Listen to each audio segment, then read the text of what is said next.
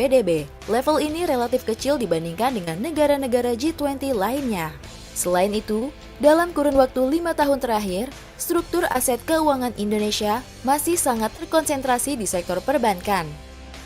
Sementara, sektor industri keuangan non-bank atau IKNB, khususnya sektor asuransi dan dana pensiun, memiliki porsi aset yang masih sangat rendah. Sebagai sektor pendukung perekonomian yang berperan dalam mengelola dan memitigasi risiko, serta berperan sebagai sumber pembiayaan domestik yang potensial, sektor asuransi dan dana pensiun juga perlu dioptimalkan perannya. Sektor asuransi merupakan salah satu investor yang cukup besar di pasar keuangan dengan menempatkan mayoritas asetnya pada instrumen pasar modal yang totalnya mencapai 80% dari total aset pada akhir tahun 2020.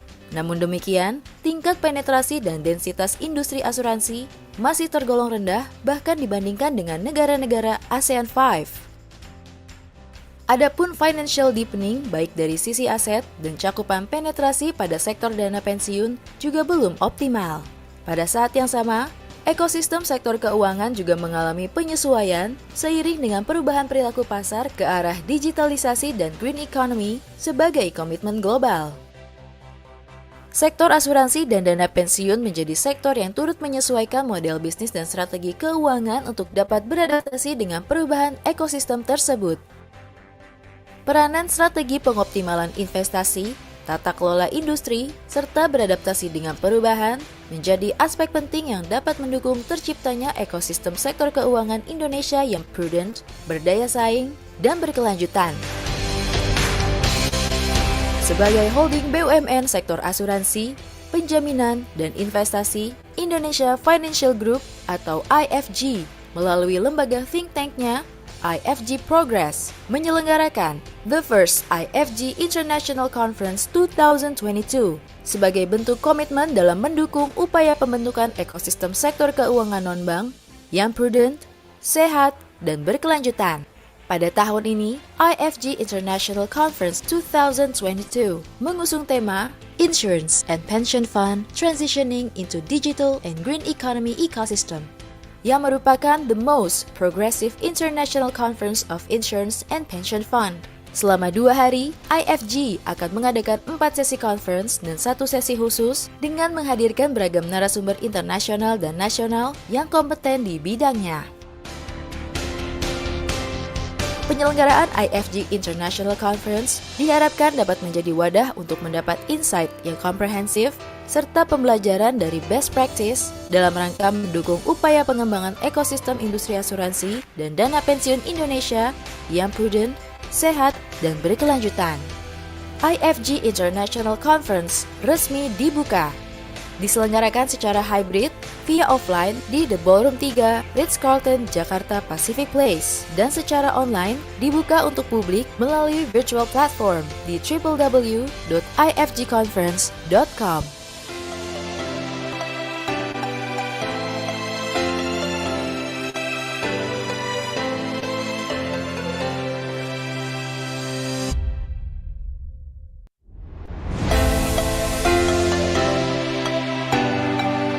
Sektor keuangan memegang peranan fundamental sebagai perekonomian negara. Salah satunya yakni sebagai sumber pembiayaan untuk mendukung ambisi dan cita-cita Indonesia untuk menjadi salah satu dari 5 perekonomian terbesar dunia. Pada tahun 2045, PDB nominal Indonesia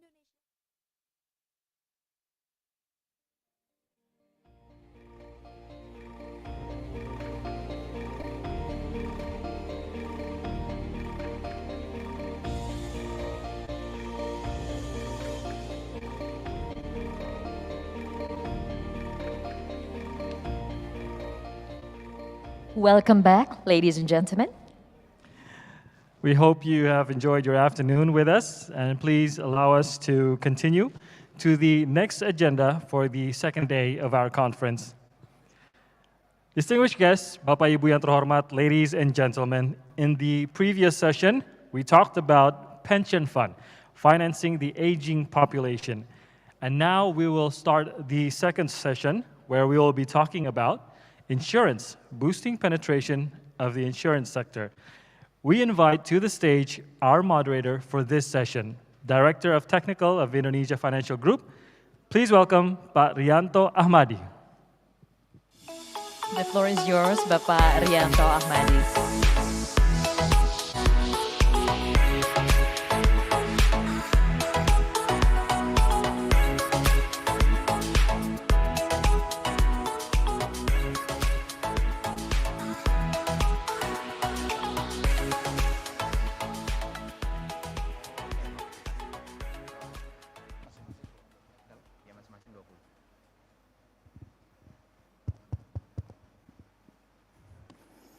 Masih agak sepi ya kelihatannya. Tapi kita mulai aja. Good afternoon, ladies and gentlemen. Yang kami hormati Pak Kartika Wirjoatmojo, Vice Minister of BUMN, Pak Riswinandi, IKNB Commissioner of the OJK, Ibu Destri Damayanti, Senior Deputy Governor of Bank Indonesia, Pak Fauzi Ihsan, President Commissioner and all members of the Board of Commissioners, Pak Robertus Bilitia, President Director and all members of the Board of Directors of the IFG, all speakers and all ladies and gentlemen participating in the conference. Our next session is one on insurance with the title of Boosting Penetration of Insurance Sector. Ratios of asset under management and premium income of the local insurance industry to the GDP have been relatively flat for many years in Indonesia. So boosting penetration of the insurance sector is quite a relevant topic for us to see and discuss. On the other hand, we have also seen consolidation efforts have been done in several relatively large companies in the local market, making us learn that what we need to create and promote, is more a healthy growth on the industry. So we want to learn from the speakers and have discussion on these growth issues. Let me invite to the stage and introduce the speakers one by one.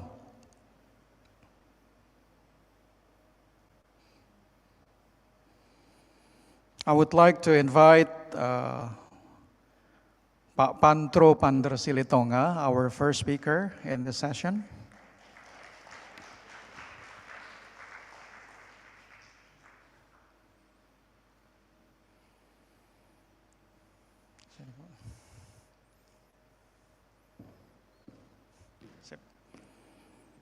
Pak Pantro Pandersilitonga is Director of Business in Indonesia Financial Group.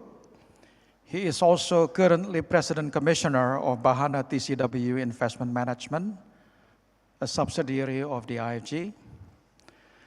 Prior to joining IFG, Pantro was Chief Transformation Officer up to February 2020 and Senior Vice President on Strategic Investment and Subsidiaries Management up to 2019, both in Bank Mandiri. He was Vice President in XL Axiata for 7 years until 2016, managing several different development, strategy, and control areas, and was Senior Consultant, Southeast Asia and Middle East in Boston Legal Consulting Group. Pantro got his undergraduate education from Indiana University in Bloomington in process reengineering, operations, and accounting. Worked in several different companies for 7 years in the US and completed his MBA education in finance from the University of Chicago. He will share key observations on challenges and business opportunities in the insurance industries in Indonesia. The second speaker we have is Ms. Lau Chin Ching.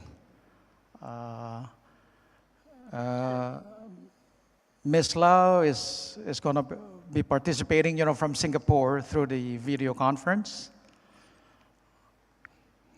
Hello, everyone.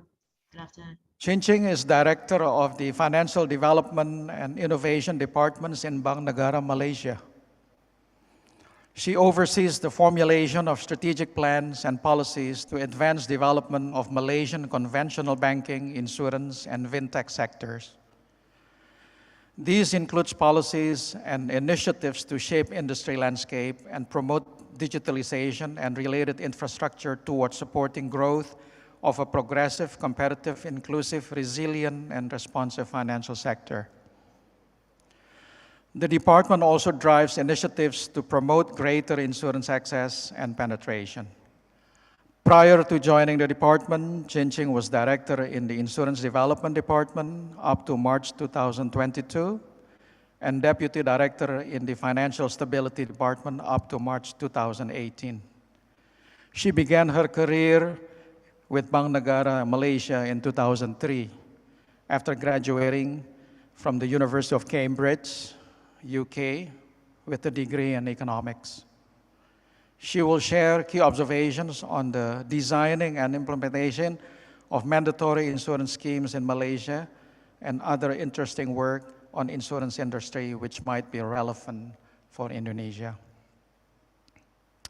The next speaker I'm going to introduce is Pak Richard Holloway. Please, Richard, come to the stage.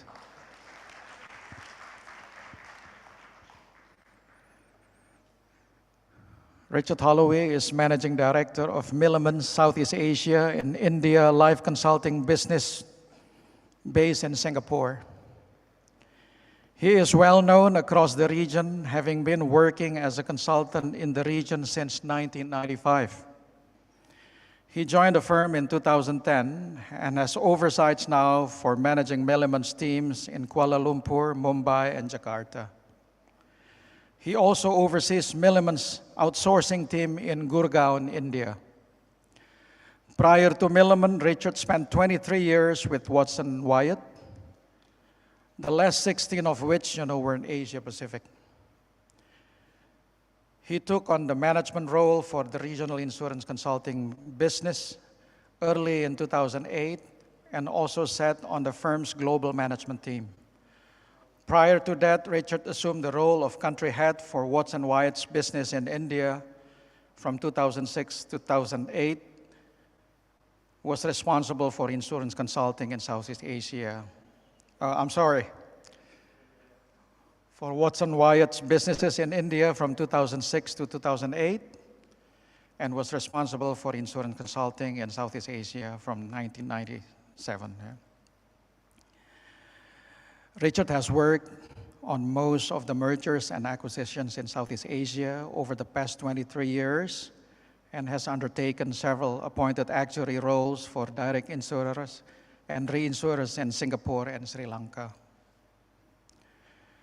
He's also known for his role in pioneering the insurance consulting market in India, working on over 400 assignments in India.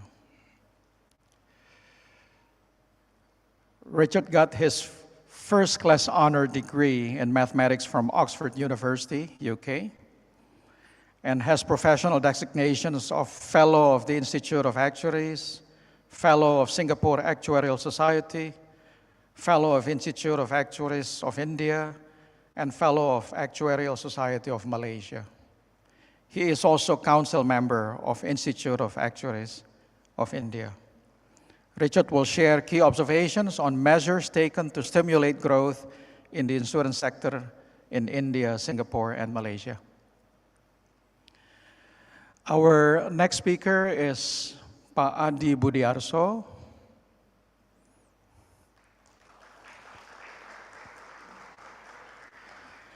Pak Adi Budiarso is Director of Financial Sector Public Policy, or Policy Center, Fiscal Policy Agency, Minister of Finance, Republic of Indonesia.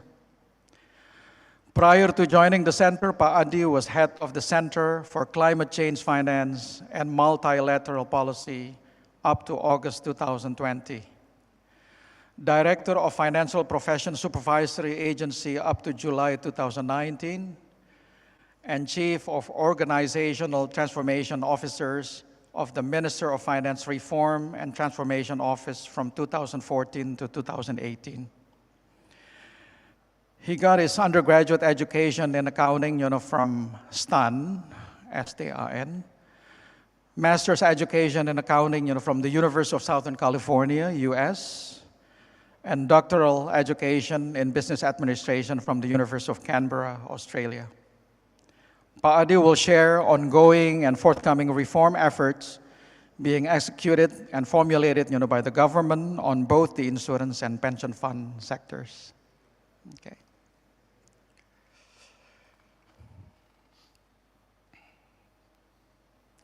So we're going to give about 20 minutes to each one of the speakers to share their presentation. And we're going to start with Pantro first. Okay. Time is yours, Pantro. Okay. Honorable guests, ladies and gentlemen, Assalamualaikum warahmatullahi wabarakatuh. Selamat siang. Good afternoon, everyone. Today, I would like to share a bit more on the insurance penetration, but I would like to give a deeper view on especially the product mix and the role of regulator and how we can actually reverse the trajectory of insurance penetrations. So in the past several hours, we've heard about how the insurance penetrations in Indonesia as compared to GDP is low. But I would like to add to that actually not only low, but also it is in declining trajectory. If we look at the charts up above, we see that in comparison to other countries with similar GDP on per capita and PPP, so purposely chose on a PPP basis because we know that insurance is not our primary needs. So even on a PPP basis, our insurance penetration is half of that of India with a lower GDP per capita on a PPP basis. And if we look at the trajectory in the past few years, actually even the pre-pandemic era, so if you look at 2018 and 2019, life insurance in particular, the penetration of life insurance is actually declining. And so in 2017, it has reached its peak of 1.27% of GDP, but it dropped to 1.14% in 2018, and in 2020, it dropped even further to 1.04%. So the key message here is that not only is it low as compared to our peers, but also it's declining. The question for us then is, what is the trajectory ahead, and is there a way for us to actually reverse this cycle? Now, if we learn from other countries, actually countries like China, India, even to some extent Hong Kong, have undergone a similar cycle before. In China, for example, life insurance penetrations experience a decline, again, as compared to GDP, starting from 2011 all the way to 2013. So what happened there? What happened was the mis-selling practices become rampant, especially at the bank's outlets. So the government decided to intervene through their regulator and prohibit certain practices, including having the insurance personnel at the branch site. Similarly, in India, we saw that insurance penetration actually also declined from 2009 to 2013, and quite steadily. And again, it is actually a similar situation. There was a lot of complaints and mis-selling practices, and the regulator decided to step in and try to curb the mis-sellings by introducing more transparencies, requirements for the insurance company, especially on the commissions that are being paid to the agents. But what happened following this downward cycle was actually a healthier industry.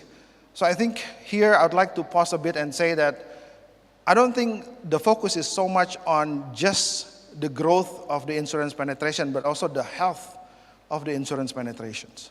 What are the underlying product mix that make up for the growth? So what happened in China, what happened in India, and also what happened in Hong Kong is that there's been a shift in product mix, where previously what they sold was investment-oriented and investment proposition products. Yeah, and what I'm saying here is that you can even make a certain product as an investment proposition or in protection proposition, basically the same product. Say, for example, the endowment products in Indonesia, like the ones sold by Jiwa and Bumi Putra, they're actually, in other markets, they can be protection-oriented, but in Indonesia, they're basically, it's investment or selling or savings-oriented products.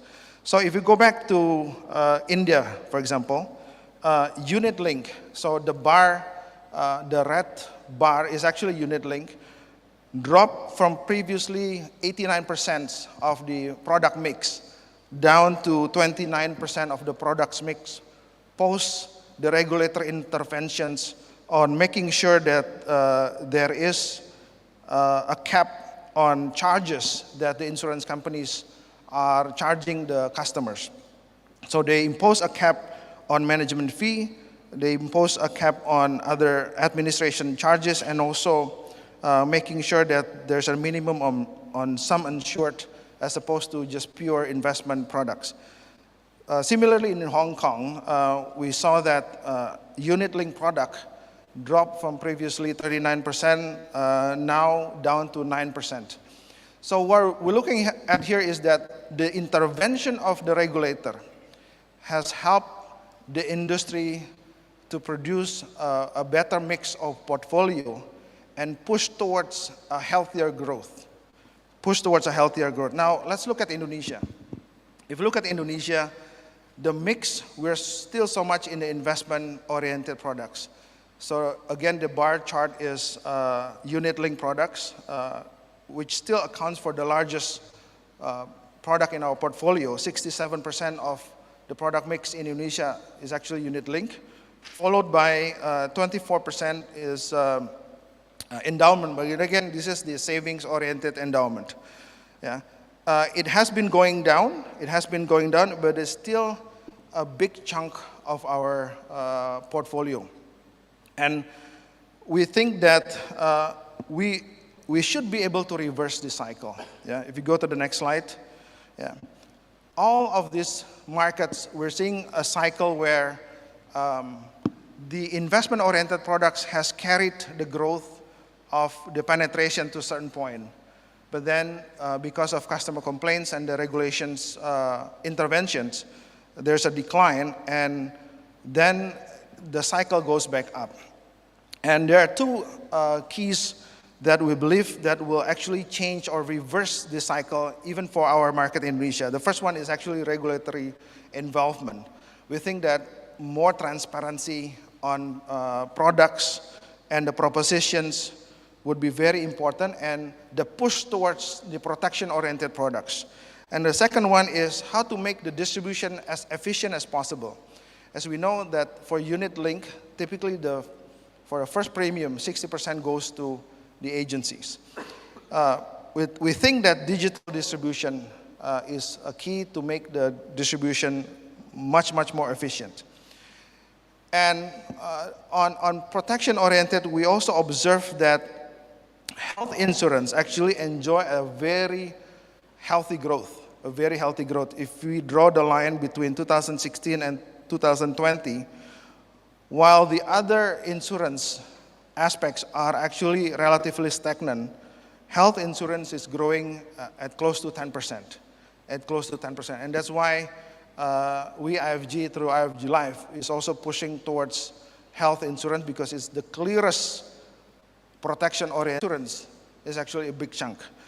Credit insurance takes 18% of the product portfolio. And again, we at IFG, we look at this as something that is not sustainable. We are now in the process of restructuring around 600 trillion portfolio of credit insurance. Yeah. So we think that this product mix will also have to be altered. We have two views on this. We believe that credit life insurance is a proper product, but credit insurance, where the insurance company is assessing and managing the credit risk of the banks, it is not exactly in the best fit for insurance company to take on that role. But assessing the risk of natural death, I think it is in the competency of life insurance company.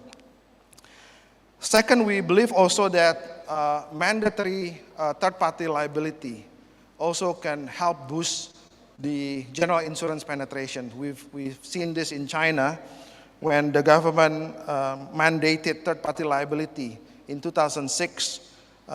2 years afterwards, in 2008, there's a significant growth in general insurance penetration. And it is something to consider that we don't have, while the other Asian markets have already imposed mandatory third-party liabilities. Even Malaysia, Thailand, and even Vietnam has imposed mandatory third-party liability.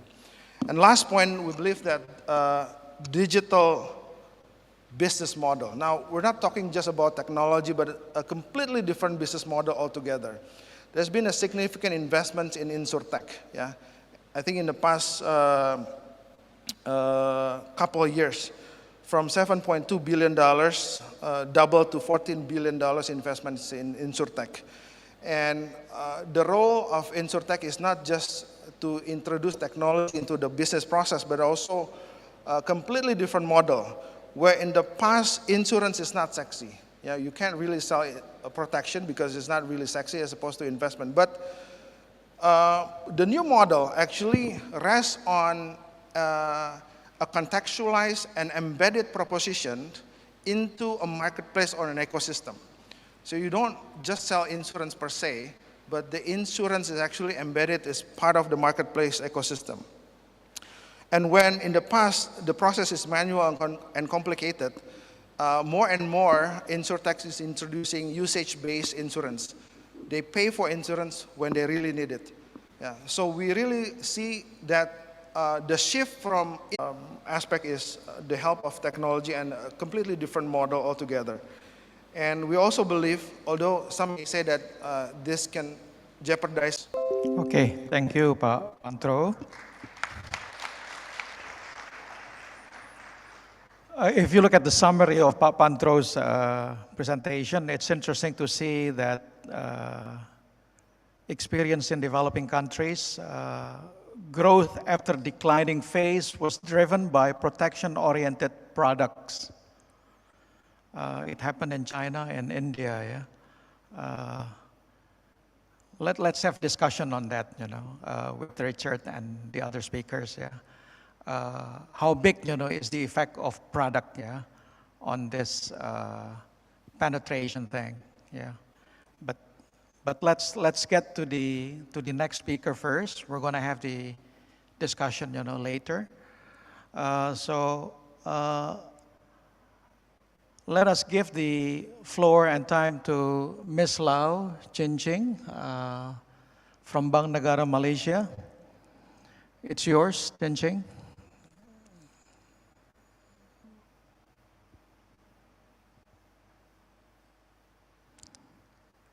Okay, hello, good afternoon, everyone. Yeah, we can hear your voice. Thanks. Okay, thank you. Thank you very much. I apologize for not being able to join the program in person, but I think coming from Pak Pantro's introduction with regards to low penetration rates and the intention to increase that, but also with greater involvement from regulators to drive. I think this has put some pressure on me being the regulator among the panel to have to perhaps share some of the lessons that we also learned in our last maybe a decade or so in trying to promote greater penetration access in Malaysia.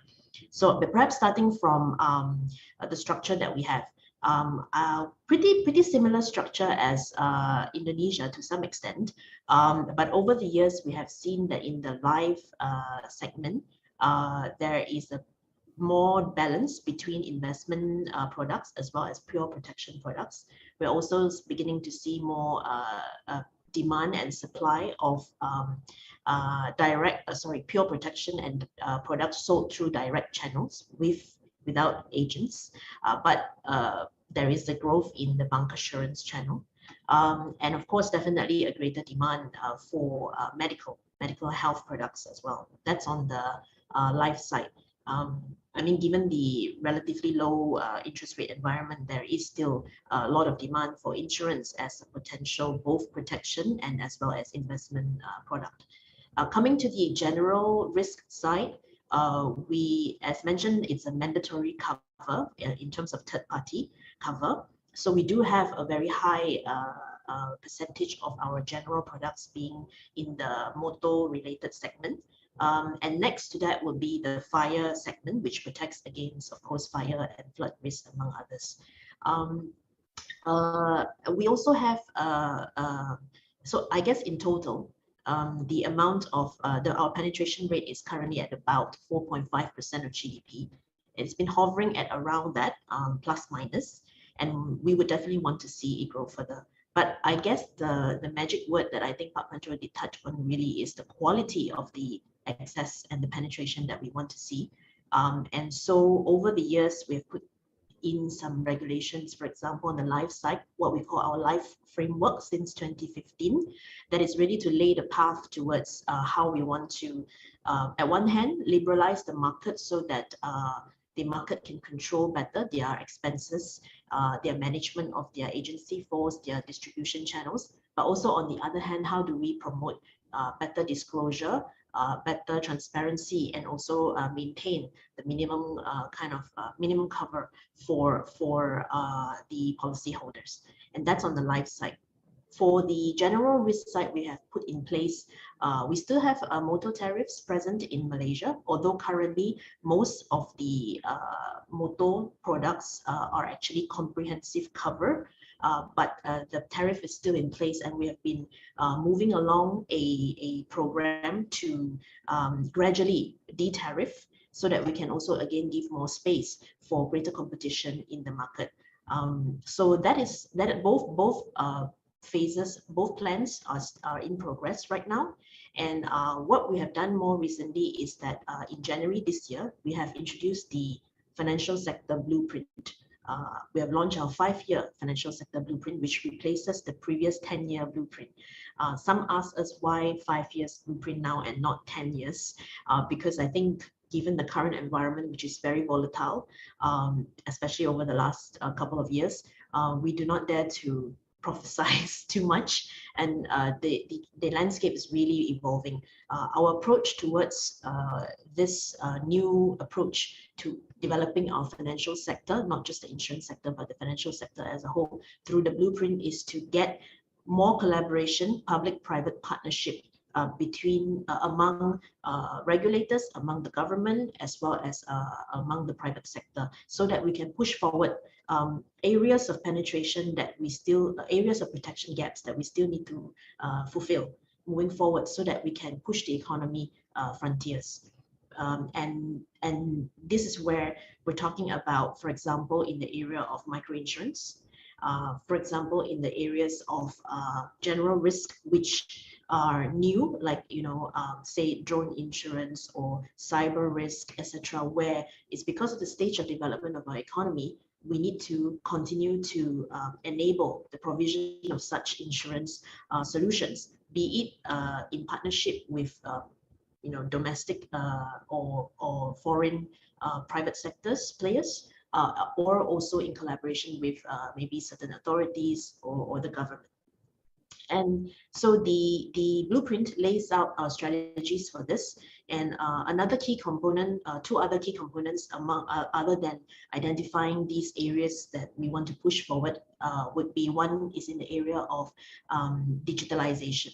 So digitalization is probably an overused word, but it is basically going to cover many areas. One is, for example, digitalization in the area of distribution channels. I think that was also mentioned by Pak Pancho just now, in terms of how we are going to welcome these different intermediaries that are especially digital-based intermediaries, because we can see that the pandemic has really changed the way how consumers consume insurance. Previously, it's always about insurance is sold, not bought, but we can see that especially with the more day-to-day kind of risk or micro insurance, it is increasingly actually bought, or maybe to some extent it's also being pushed through these digital intermediaries. And how can we balance between facilitating such players to come on board, where it can really broaden the access to protection,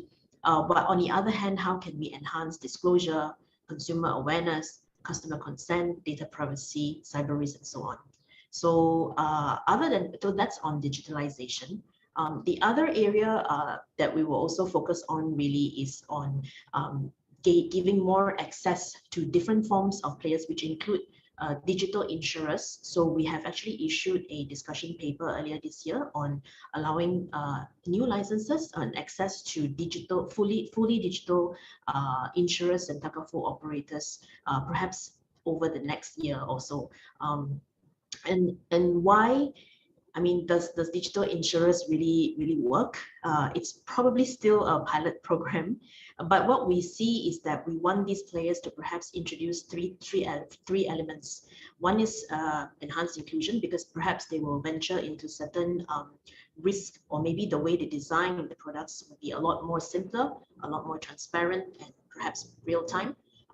And secondly, so that's on the area of inclusion. Secondly, is to introduce more competition to the market, because I think incumbents do have certain amount of inertia, and when it comes to changing the way their business model works, as well as the distribution network works, and that's on introducing more competition. And the last element would be greater efficiency. So we do still have some of the structural problems that we see in Malaysia, for example, in the area of motor claims. So we do have a large amount of motor policies, but our claims process could be better digitalized, could be more efficient. How to bring the whole ecosystem of players together, which is beyond just insurers. For example, when someone gets in an accident, you're talking about tow trucks, you're talking about police reporting, you're talking also about claims that are real-time, workshop players, etc. And also the other area that we're facing a great challenge is in terms of medical inflation, medical cost inflation. And that has put pressure really on premiums, sustainability of medical health policy premiums, especially what we have seen over the last few years during the pandemic and before, where there's a need to bring together the different players in the ecosystem, be it hospitals, be it pharmaceutical companies, be it providers that provide the tech to support claims, processors, and also the health practitioners, so that we can have a more sustainable medical health insurance system moving forward, as well, of course, a more sustainable health financing system for Malaysia. These have been put into our blueprint, and I won't elaborate here further, but I think it's to give a sense of how we're moving from some of the enablers to get our market to be more structured in terms of how we see life insurance is going to transform, general insurance is going to transform, disclosure and consumer protection, etc. From that purpose, from that stage, we are now moving into also encouraging more innovation, digitalization, as well as new players that can close these other protection gaps that we see that is really needed to push the economy forward. But at the same time, I was also sharing with Pak Rianto earlier that the challenge, however, is how to balance. Yeah, because the market tends to move ahead of us, and there is need to really manage, because not all consumers are at the same level of understanding and awareness. And that's where, through some of the work that we've been pushing through in terms of micro insurance, we've also worked with our counterparts via a financial education network that's been set up to really go to the ground and push through consumer awareness. Yeah, I think I'll pause here, Pak Rianto. Perhaps we could take more questions later on. Thank you. Chin Ching, could you share also a little bit, about mandatory insurance in Malaysia? Sure. Sure. Mandatory insurance typically would be on the motor side. So there is that third-party mandatory insurance, as mentioned by Pak Pantro just now earlier, and so that has proven to be a very strong market, obviously, for the general players, and it is still required. So all motor vehicles, cars, buses, and even the motorcycles, they're all required to take that. But I think other than that, it would be pretty much what fire insurance, which is somewhat, it's not so-called mandatory, but typically in terms of when you take loans, that would be a requirement of as well. When you take loans to finance some certain mortgages, there will also be a requirement for this mandatory insurance. Is that what you have in mind, Pak Rianto? Okay, thank you, Chin Ching. Yeah.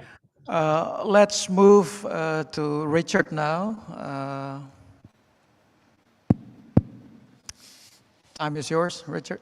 Okay, thank you. Let's wait for my slides to come up. Thank you.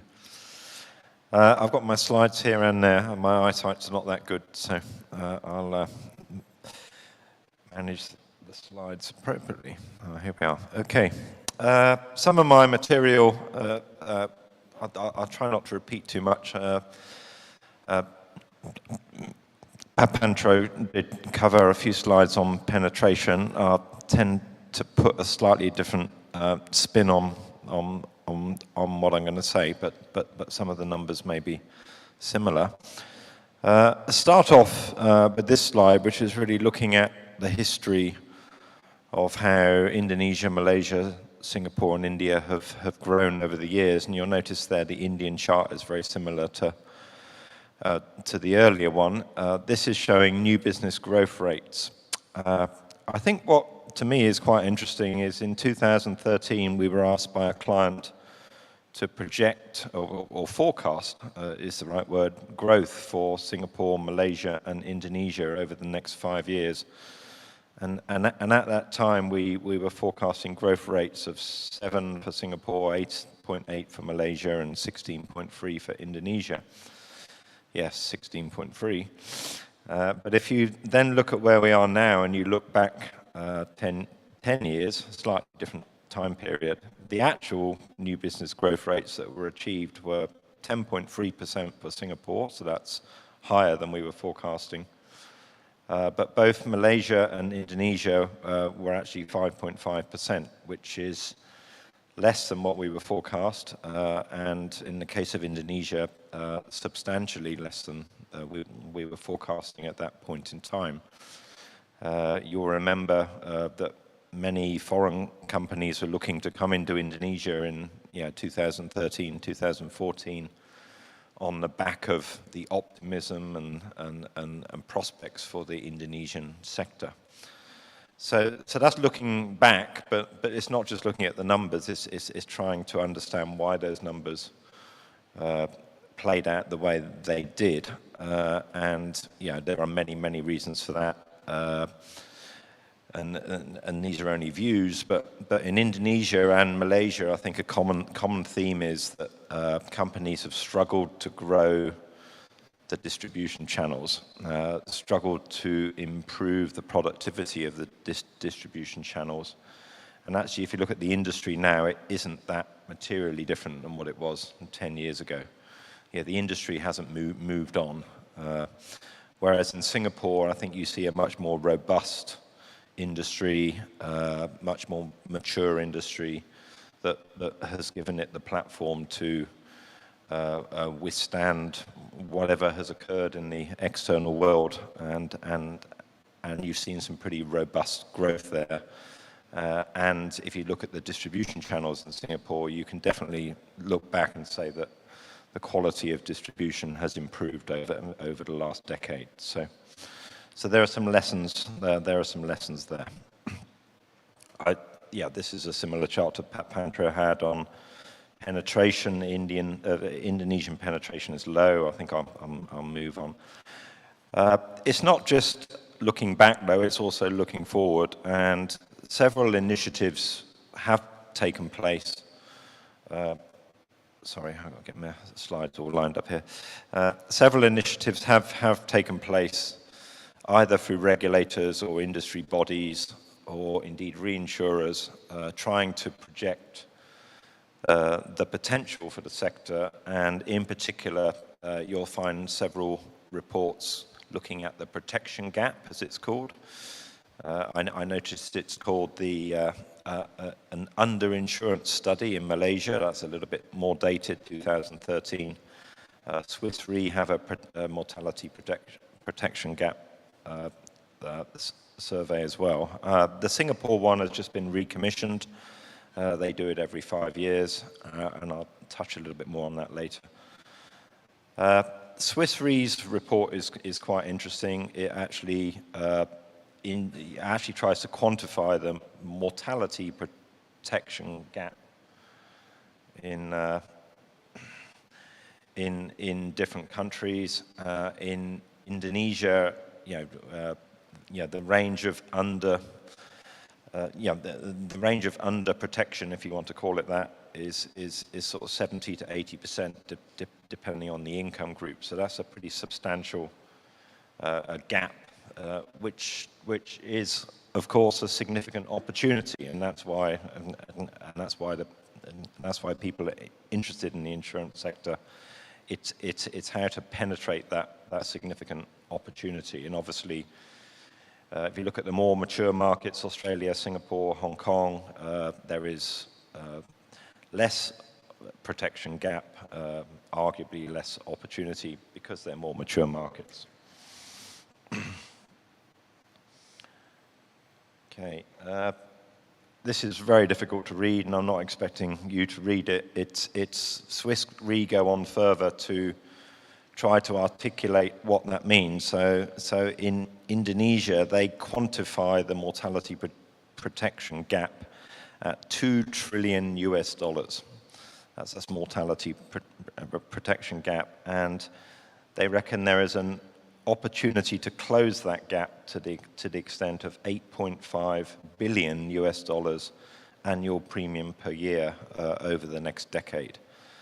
So they are significant numbers indicating the opportunity.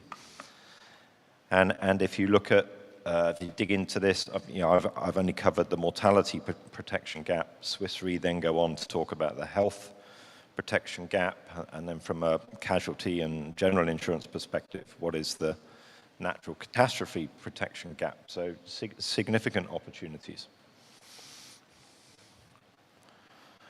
One of the issues in Indonesia, of course, over the last few years has been the perception of the industry. It doesn't help when Bumiputra and Jiwasraya are taking headline news articles. And I go back to, I look at this from the perspective of, what does the industry and what do the regulators need to do to improve the confidence in the industry from the perspective of the consumers. Now, if we go back to capital, risk-based capital frameworks, over the last decade or something, there has been a significant shift towards what actuaries call risk-based capital frameworks, which are more in line with the capital frameworks that are employed by banks. Interestingly, Indonesia was the first country to introduce risk-based capital in 1998. Now, for those of you that have got a longer memory and have been working in the sector as long as I have, 1998 was the tail end of it was the emergence of the Asia financial crisis. Indonesia had significant issues, and credit to the industry practitioners at that time, but they all got together in a room. A lot of CEOs from insurance companies at that time, they got together in a room and put together what was and still is the fundamental foundations of the risk-based capital framework for the life insurance sector in Indonesia, and that has stood the test of time, and the framework we have today is still substantially the same. However, that framework and the regulatory supervision of that framework sadly has not stopped the industry incurring some difficult situations, particularly the companies I mentioned earlier. Now since then, Singapore has produced what I would call the gold standard of risk-based capital frameworks in Asia. It introduced its first version of risk-based capital in 2005. It's just produced its second version in 2020, just before the pandemic. And other countries have effectively copied that or modified that, calibrated that to their own circumstances. And I think it's worth just touching a little bit on some of the features of the Singapore framework before we try to speculate what could be enhanced in Indonesia. The Singapore framework delves into the provision of guarantees. Any company providing guarantees, they are captured, picked up, and treated separately. In other words, the more guarantees you have in your portfolio, the more capital you have to set aside to meet those guarantees. There is an ongoing assessment as to the asset classes that that insurance companies invest in, and you have to set aside certain amounts of capital if you invest in certain types of assets. And those capital charges, for example, for equities, used to be 16%, but they were increased to 40% when the last version of risk-based capital was introduced in 2020. So over a doubling of risk charge. Why? Because equities are seen to be much higher risk. It's not just the calculation, though. There's a lot of onus in Singapore on making insurance companies and the management of insurance companies much more aware of the risks within their business. So companies are expected to do stress testing. They are expected to do these reports called own risk and solvency assessments. They are expected to have ALM frameworks. They are expected to have enterprise risk management procedures and frameworks. So if you look at what's happened in Singapore in the last 15 years, the management of insurance companies is much more aware of the nature of their business, the risks inherent within their business, and what they need to do to manage those risks. And that's created a very stable environment within Singapore.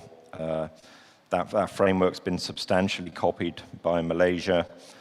As I said, Thailand, Sri Lanka are similar, and India is just about to embark on moving to risk-based capital, and it wouldn't surprise me if they adopt something very similar. So in terms of Indonesia, yes, you have an RBC framework, but yes, there is potential to improve it and enhance it. Lots of things that can be done on the regulatory side, but internally within each company, you don't have to wait for the regulator to tell you what to do. There's more that can be done around understanding risk, establishing risk committees, enhancing the risk culture within each company, and effectively understanding a lot more about your business. Sadly, things do go wrong, and when they do go wrong, things need to be addressed. And the sort of principles in Singapore and Hong Kong is that solvency has to be met at all times. It's not just an exercise that happens on the 31st of December every year. It's a responsibility of management to ensure the company is solvent at all times, and if not, there is an expectation that corrective actions are taken. Companies are required to do projections of their business and carry out mitigating actions if solvency thresholds reduce below certain levels. And then if things get more extreme, you close a new business, or you sadly move into a situation where you can't meet your contractual obligations, and the regulator steps in. So the country that of course really was a pioneer of solving these situations was Japan. Japan had a very low interest rate environment in the 90s, where interest rates are much lower than the interest rates that have been used to price products. Many companies went insolvent, and there was a tremendous amount of discussion and debate in terms of who foots the bill for that, what happens to resolve that, what are the options available to the industry. Is it the government that pays? Is it the industry that pays? Is it do the policyholders have to take a haircut or reductions on their benefit levels? All horrible, nasty situations to have to resolve. But the Japanese industry worked through it. It became in Japan very, very legal in nature, involving a lot of lawyers and involving regulators. But the thing is, once you've gone through it, you have a precedent, and it's something that you can follow with subsequent situations. And sadly, in Japan, because of the economic environment, it affected many, many companies. Now, in Indonesia, there's been a restructuring exercise in the last couple of years around Jiwa. I won't go into the details. I don't think that's appropriate. But in many ways, the consequence of that is that there's a precedent for sorting out a troubled company in Indonesia, and that precedent can be, I believe, used as a mechanism to apply to other similar entities. And so I think in many ways, it's very sad what's happened, but the precedent can be applied in a quick and positive way going forward. A lot of the thinking has already taken place. The other thing, another area to develop confidence in the industry is what's called a policyholders protection fund. They exist in Singapore and Malaysia. Effectively, this is companies paying a levy into an industry fund managed by the regulator, so that if a company gets into trouble, there is some recourse to this fund to help affected policyholders. It just provides a bit more confidence in the industry from the perspective of the consumer. It's not widespread in Asia, but it is something that it's something that can be considered. I'm conscious of time, so I'll speed up a bit. There's a little bit of discussion on penetration. Previous speakers have touched on this, but there's more that the regulators and the industry can do to target particular sectors of the community, typically the underserved sectors, the sectors that are not the typical target of your typical agent. In Malaysia, they've had a recent initiative to target insurance products to the bottom 40%. They call it the B40 initiative. India has had since day one in year 2000, when the industry was privatized, there's been regulatory requirements for companies, all companies, to sell business to what they call the social sector, which is the unorganized sector, and the rural sector. Rural is defined as per the Indian census. And still there are government initiatives to provide other sponsored typically group protection and health products to particular sectors of society, and they are taken up by public sector banks and public sector insurance companies. So there's a lot of government initiatives to sort of expand the net. And Singapore, you may think Singapore doesn't have these sort of sectors, but the focus in Singapore is actually now on gig workers. So there are over 200,000 gig workers, depending on the definition, in Singapore, and the government is set up a committee to look at specific insurance needs for this new and emerging sector. So there's always things that can be done. Just focus on time. I will just spend one more slide on distribution. I personally think distribution is one of the biggest challenges of the sector. If you're a CEO running an insurance company and you're motivated to produce top line and you're motivated to produce profits, you are going to be encouraged to develop your agency channel and your bank assurance channel, because that's what you do, that's what you've always done, and that's what produces the results. I think it's very difficult for insurance companies to think about innovating in lots of different new channels. And I think the message with all of this is focus, focus, focus. And if you look at Asian life insurance companies, most Asian life insurance companies try to dabble in lots of different things, and one would argue that not many Asian life insurance companies are terribly successful at dabbling in lots of different things. If you look at companies in the UK and the US, life insurance companies are far more focused on one distribution channel or one or two lines of business, and they are experts at what they do, and they do it very, very well. I think one of the big challenges in Asia is to expand product and expand distribution, but to do it in a focused way. And I don't think all insurance companies can be good at everything, and I think that's one of the big challenges. And if you look on the right-hand side of here, in Singapore and Malaysia, the regulators have required insurance companies to set up simple protection products as a means of developing direct distribution channels. But if you look at the numbers at the bottom, in Singapore, across the whole of the industry, as a result of that, in 2021, there were just 700 products sold through those channels. And there were thousands of products sold through agents and bank assurance. So I think it's a real dilemma that regulators and companies have in terms of deepening distribution. I'm just going to... one more slide, and then I'll stop, promise. I'm an actuary, and one of the key things I wanted to say was capacity building is a very used expression in India. The Indian regulator has been looking to develop capacity amongst lots of different areas of the sector.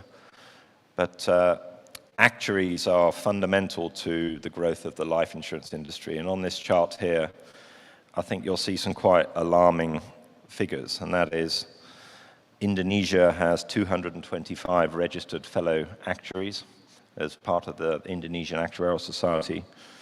There are 55 life insurance companies, and that's without the Sharia companies and the Sharia spin-offs, in a population of 273 million people. If you look at Singapore, Malaysia, and India, there is no more than 20 life insurance companies in any of those markets. So I think we have a problem here. We have potentially too many companies, nowhere near enough actuaries, and the challenge and the issue is that is not going to be resolved in my working lifetime, and it's something that companies need to stand back and think about how they're going to address that, but I think it's also a regulatory and effectively a government issue for how they're going to do that. Actuaries are fundamental, and the more actuaries you have, the more they can add value from a strategic perspective, and not just be sitting in the corner of the office signing off statutory regulatory returns. They have a very valuable role to play, and I'll just leave you with that final thought. Thank you. Thank you, Richard. It's interesting, Richard, look at RBC also, in this case. Maybe charges, on equity and guarantee risk, should be increased in Indonesia, Richard. And we're not focusing enough, I guess, on ALM locally, on the RBC scheme. It's also interesting to see, this closure of new business, on insolvency condition. Yeah, we're seeing, locally that sometimes, it's something hard, to do in Indonesia. And it's also interesting to see the thinking, on focus products, on specific sectors. maybe this is something, we should consider, more seriously in Indonesia, Pak Pantro. Focus products on specific sectors, yeah. Micro insurance, has been there, of course, yeah, in terms of campaigns and ideas, but implementations, is still not there yet, yeah. Distribution is the biggest challenge, according to Richard. Everybody is trying to do direct marketing now, using digitalization. But still, the production, is not there yet. We're still seeing agency, bank assurance producing, the biggest volumes. So let's discuss, about this one, later. And also, it's interesting, this government requirement, in Malaysia and Singapore, if I'm not mistaken, Richard, on distribution of simple products, directly to the people, yeah. So the cost of distribution is very small because it's direct. But is it successful or not? Let's discuss that one. And on actuaries, of course, Indonesia doesn't have enough actuaries. We have worked hard, on this front. In 2015, I can share that we had this meeting, with the people from Society of Actuaries of Philippines, Society in Thailand, Malaysia, Singapore. We're sharing with each other, and we learned, one thing, that in Malaysia, at that time, 2015, they had more than 10 universities with actual science programs. While in Indonesia, the Philippines, Thailand, we don't have that. So in Indonesia, there has been efforts, to create, actual science programs in universities. So we have like the big 5 state universities having the programs already, and we're starting to see, young people, graduating, from those programs, about 200 people per year, yeah. So hopefully it'll help. Okay, let's move to Pak Adi. Silakan Pak Adi. Thank you, Pak Rianto, yang kami hormati. Our previous distinguished speakers, ladies and gentlemen, please allow me to congratulate and appreciate highly the leadership of IFG to have such a high caliber international conference today. Yeah, I would like to present my topic, which is boosting insurance penetration of insurance sector. That I would like to answer 2 main questions, which is first, why we need to do reform in insurance, and the second, probably how we do it. My position currently is allow me to tell the story, how 18 line ministries, regulators, 296 key stakeholders sit together to draft these initiatives. So first of all, I would like to, the second slide, this one. Yeah, Indonesia financial sector and insurance industry. This is the way we would like to express how important we need to do reform, and why. This is the first fact that we can share to you. Indonesia currently, in terms of financial market performance, is the best shape to do the reform. Why? Performance of rupiah, despite this current crisis, of course, and challenges in the COVID-19, etc. GCI index and government bonds are much better relative to emerging countries. Exchange rate, stock index, and government bond of most emerging countries experience pressures due to the recent geopolitical conflict. But Indonesia, based on the real yield, for example, government bond is found more attractive than global bonds. Low inflation with unadjusted administered price due to the commodity price increase support the real yield for government bond. This is also the second reason why we need to do the reform now. Indonesia financial market risk and volatility. Pressure to IDR is currently mild. With stronger GCI performance, deep pressure still in experience with government bonds, But I think now it's in our fundamentals in economics and also financial sector is quite good. In terms of insurance industry performance, this is quite a challenge. Pak Pantro and our previous speakers witnessed that the growth is there, is good, but we are actually, in the terms of penetration and the terms of create potential, there is still opportunity. Yeah. In fact, there is decline trend in premium collection, but the RBC is far above threshold, and asset portfolios grows positive. But we just hear recently that the RBC policy was laid down back 20 years ago. Yeah, that we need to do more. Yeah, we need to do more in terms of governance, in terms of the reform. Next slide. This is actually portraying Indonesia financial sector compared to peers. Let's focus on insurance and pension, particularly insurance. In total, if we try to compare with other emerging markets, especially Big Five and ASEAN, Indonesia insurance assets account for 5.8% per GDP. Plus pension fund, still less than 13 per GDP. Let's compare with Malaysia. Yeah. 20 for insurance assets, plus 60 for pension fund. So in total is 80% per GDP. If we try to compare on how Indonesia banking sectors that dominantly, contribute for Indonesia financial sector, 78% for since 2015 until 2021.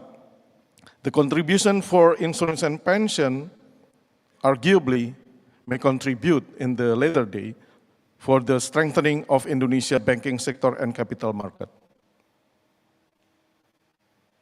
In terms of insurance assets, it shows that the positive growth has been happening, but contribution of the asset to GDP is still low. Let's also touch our colleague from OJK, because 9.42%, this is also comprised of some account for the BPJS program, which is THT or JHT and Jaminan pension. So this is also comprising on how the Indonesia industry for insurance pension still have a huge potential to grow. In terms of investment insurance industry, it grows very positive, above the GDP growth. But for sure, in terms of the penetration, we still have quite lacking, as we may compare also in the emerging market or in the region in ASEAN. So this is how we try to show to all of us about the penetration. If we try to listen on the previous speakers, Indonesia is accounted for 1.9% insurance penetration for the whole people in the country. I think we must learn also from Vietnam, which is 2.3, already above Indonesia, and Malaysia, as well as Singapore. So insurance density in Indonesia shows that in the last few years, there is a decreasing trend of insurance spending. It is believed that pandemic, as well as the governance, contribute to the behavior of the people or the trust of the people towards insurance industry. That's why this signifies the importance of reform. Insurance sector challenges. If we may look at on the low literacy, financial literacy and misconduct behavior, I think this also might reduce on the trust of the people towards insurance industry. But for sure, the opportunity is still there. Currently, with the collaboration, with the strong synergy, according to 2019 survey, the Insurance Literacy and Inclusion Index increased in 2019. Government currently targeting inclusion for the whole financial sector must reach 90% by 2024. We would like to encourage that the literacy should also increase at the same phase of the inclusion, because inclusion may address also better addressing inequality. And inclusion may also contribute to the sustainable development. Let's try also pay some attention on HR in financial sector. Pak Rianto and from Ronald already mentioned about this. I think Indonesia should boost our potential to increase the number of actuary profession. The growth is there, but I think it's not enough. We need to boost and we need to encourage for the many more coming to industry. The second part of my presentation, actually I would like to tell the story. So this is not the work of our office, this is the work of Indonesia. So how to boost or how to support the reform in the insurance sector. First, let's learn on the function of insurance. We made to look at on the big picture that insurance is part of the intermediary system in Indonesian financial sector. So the role of the intermediary is still quite lacking. Why? The penetration is still there, is still low. The shallowness of the deepening of the financial sector, as well as the human capital, the capacity and productivity. So financial sector collects sources of funds from domestic savings, foreign capital. But for sure, the stronger intermediation function may lead to the greater contribution of financial sector to inclusive growth, to sustainable growth. So if we would like to draw a vision, envisioning the future, now Indonesia capitalization for the asset of insurance, for example, still low than 7%. So how if Indonesia in 2045, now Indonesia is $1 trillion since 2017. So in 2045, Indonesia economy would be 9.1 trillion. So GDP per capita would become 23,000. So if we just left the insurance like this, it's not possible. We must work harder. So we may reach, for example, 20%. That's our vision. If we would like to draw also or listen on how Indonesia developed the reform in financial sector, I think the last reform for insurance is back on 2014. And we still many things to do to comprehensively and holistically do the reform together with all of the financial sector in Indonesia. That's why the government committed with the parliament to draft the omnibus bill for financial sector reform. So how we things that happen, the omnibus financial sector development is actually would like to support the deepening and the stability of financial market, the access to the financial market, to improve the efficient and competitive financial system, and improve investor trust and consumer protection. This is on how specifically if we look at on insurance and pension. Together with other financial sector, as we already presented before, actually Indonesia experienced a status quo for a long period of time. So this is the best time for us to looking forward for next 20 years. So the opportunity is there. The limited contribution for financial sector in economy is the great challenge. But for sure, some financial institutions currently still are working very hard to improve the robustness of the regulatory framework. But for sure, the complexity of financial sector development need collaborative or demand collaborative action. Not only insurance and pension per se, but also the whole financial sector. Because once we do or give the permission for industry to operate insurance and pension fund, now come to the point that the integrated supervisory activities must also done at the very robust or quite similar to the best practices internationally. So the capital market that will accommodate the investment policy and the banking that will also contribute to the intermediaries, especially in the credit, as well as the other services, can also boost the potential to support Indonesia's stronger financial sector to support the economy. Next slide.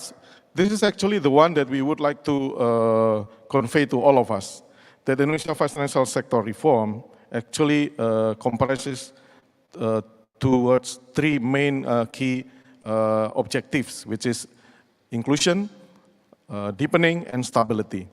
And part of the literacy is to support the qualitative or better quality inclusion.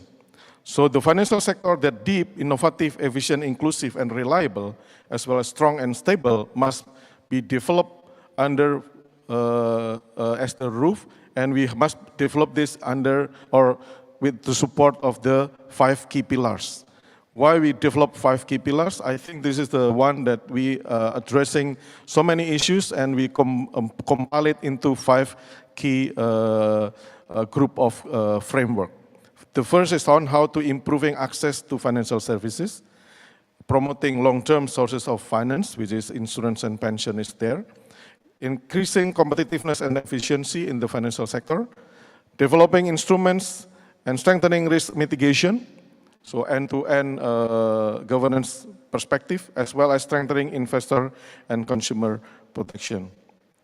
So under the 5 key pillars, we develop key initiatives that comprises 10 clusters: banking, insurance, pension, medium, small enterprises, Sharia, etc.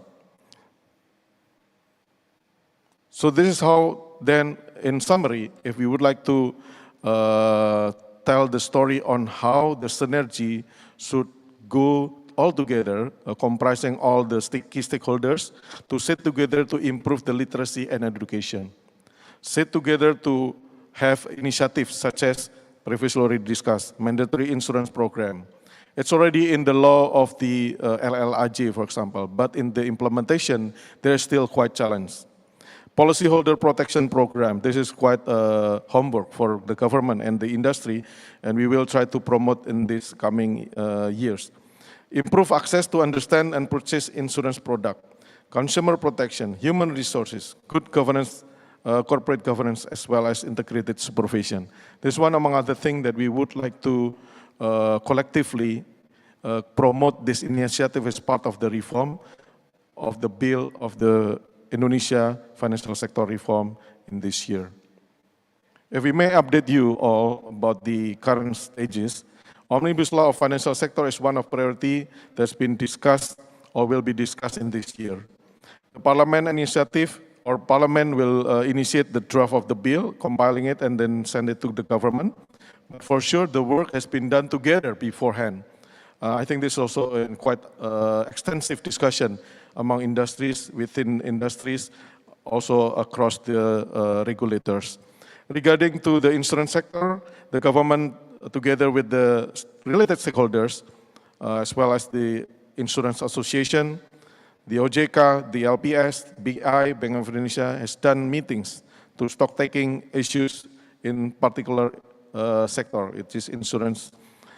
To address the challenges in the insurance sector, strategic policies proposed, now currently still developing, in strengthening the market conduct, support strengthening the robustness of governance practices, and especially for mutual insurance, establishment of policyholders protection program, and the whole design for the deepening and the support for the stable insurance industry to support the whole Indonesia financial sector. I'll stop here. Thank you so much, Pak Rianto. Back to you. Terima kasih, Pak Ade.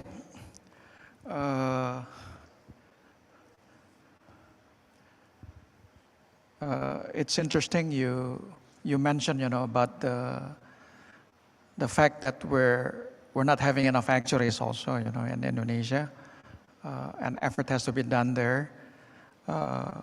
Also, you mentioned, about the policy protection, ya, Pak, ya? Policy protection institution, which was also mentioned by Richard. We know that in the Undang-Undang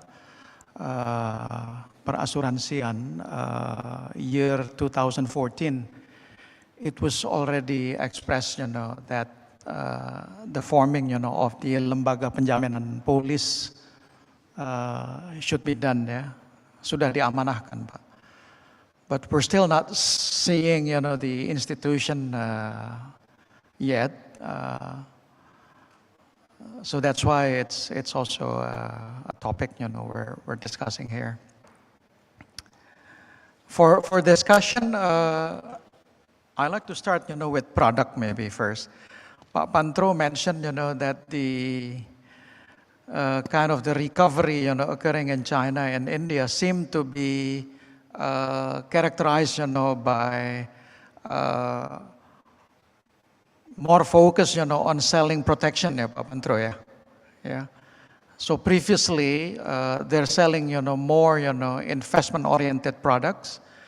And then when the growth, was declining, and then they're trying to recover, there was a characteristic seen, that more protection-oriented products, were promoted, for that rebounding, I like to check with Richard, yeah. How do you see this thing, Richard? Yeah, it's an interesting observation. I'm very familiar with the Indian situation. Effectively, the Indian market has always been savings driven, and then they privatized the market in 2000, and suddenly all these foreign companies emerged and started selling unit-linked products, and the margins on those products were very high and the charges were very high, obviously leading to the high margins. And it was actually the asset management industry that jumped up and made a noise, and they said, we can't have you selling what is fundamentally an asset management product and you making all this money, whereas we as asset managers don't make anywhere near as much money. So that's how the insurance regulator got involved, and the charges were reduced and the margins came down as well. The very similar thing happened in Malaysia with unit-linked products charges a few years ago, and Indonesia's now sort of catching up. It's not that there's no space for savings products in the market, of course there is. But at the end of the day, there has to be the right balance between the consumer, what's good value from the consumer's perspective, what's good value from the shareholder perspective, and just getting that more aligned. Unit-linked margins in India now, depending on how you define margin, is about 7%. They used to be in excess of 40% before the regulatory changes. So I believe that savings products are required.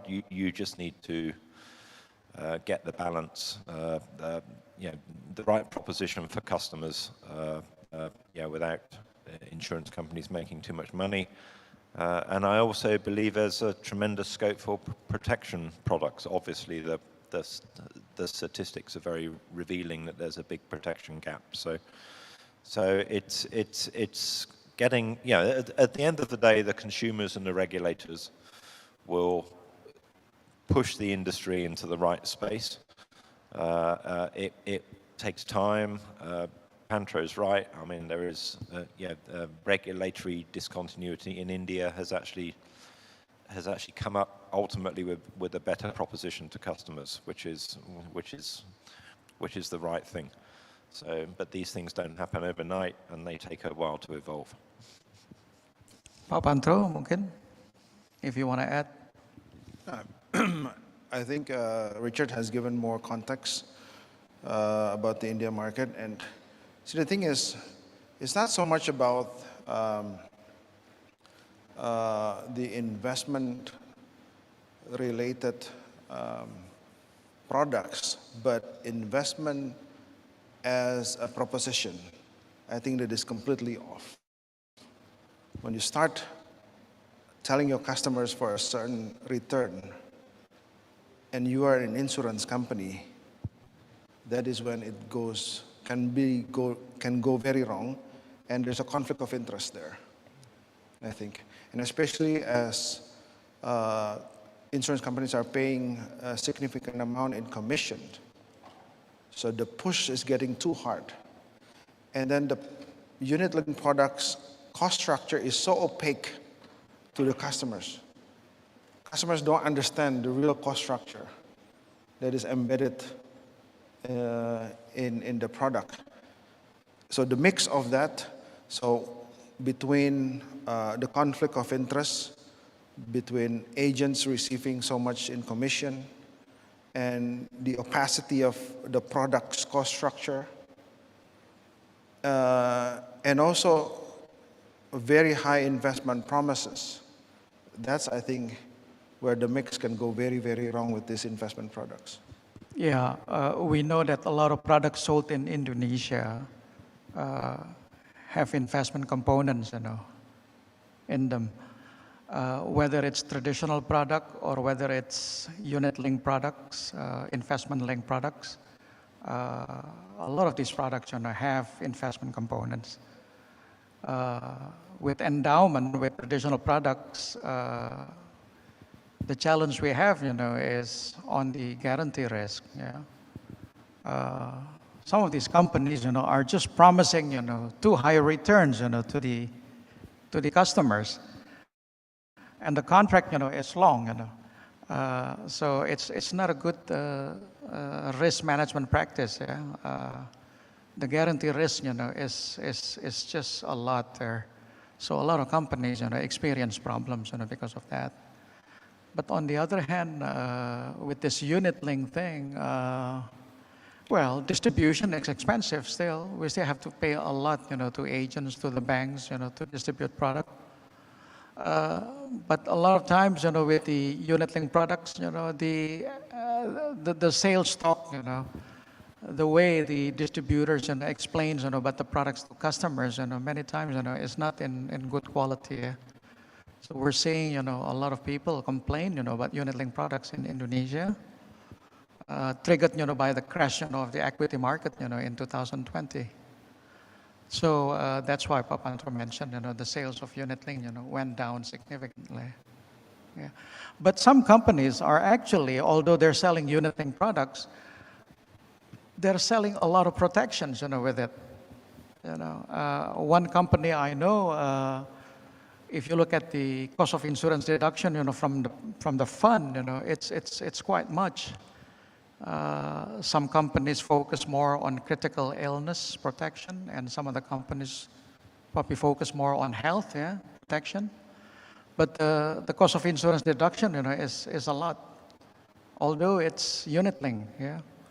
So that's just their strategy, to create value there. Yeah.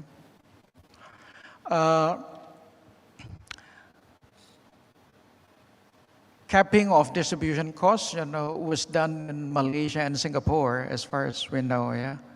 In Indonesia, it was started already on the general insurance side with the motor vehicles commission, capped, at 25%, and with properties insurance commission is capped, at 15%.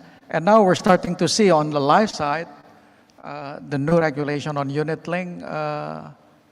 They're flooring, the amount of money flowing to the investment, which is basically capping the commissions. Now I know it was already done, in Malaysia and Singapore, yeah, since a while ago. Distribution is expensive, Richard. But then if you go direct to the people, it's also not easy. Yeah? There is a saying that insurance product is product not bought by people, it's product sold by us. How do you deal with this? Yeah, I mean that's the dilemma. I've worked in the region for a long time, 25 years, and I still think that most life insurance business is sold, not bought. And whereas if you look at more mature markets, it's much more an advice-driven model, and it's people reach out to advisors if they want to buy insurance, and then they shop around. So we can't hide from the fact that we're still decades behind more mature markets, and there's lots of lessons to learn from seeing how mature markets have evolved and how commission structures have changed and how distribution models change. But I think what we're seeing on the life side is that direct to customer propositions are, it's still very, very, very, very small proportion of the total business, and there is a role for agents. Yeah, is it something correlated, to the GDP per capita?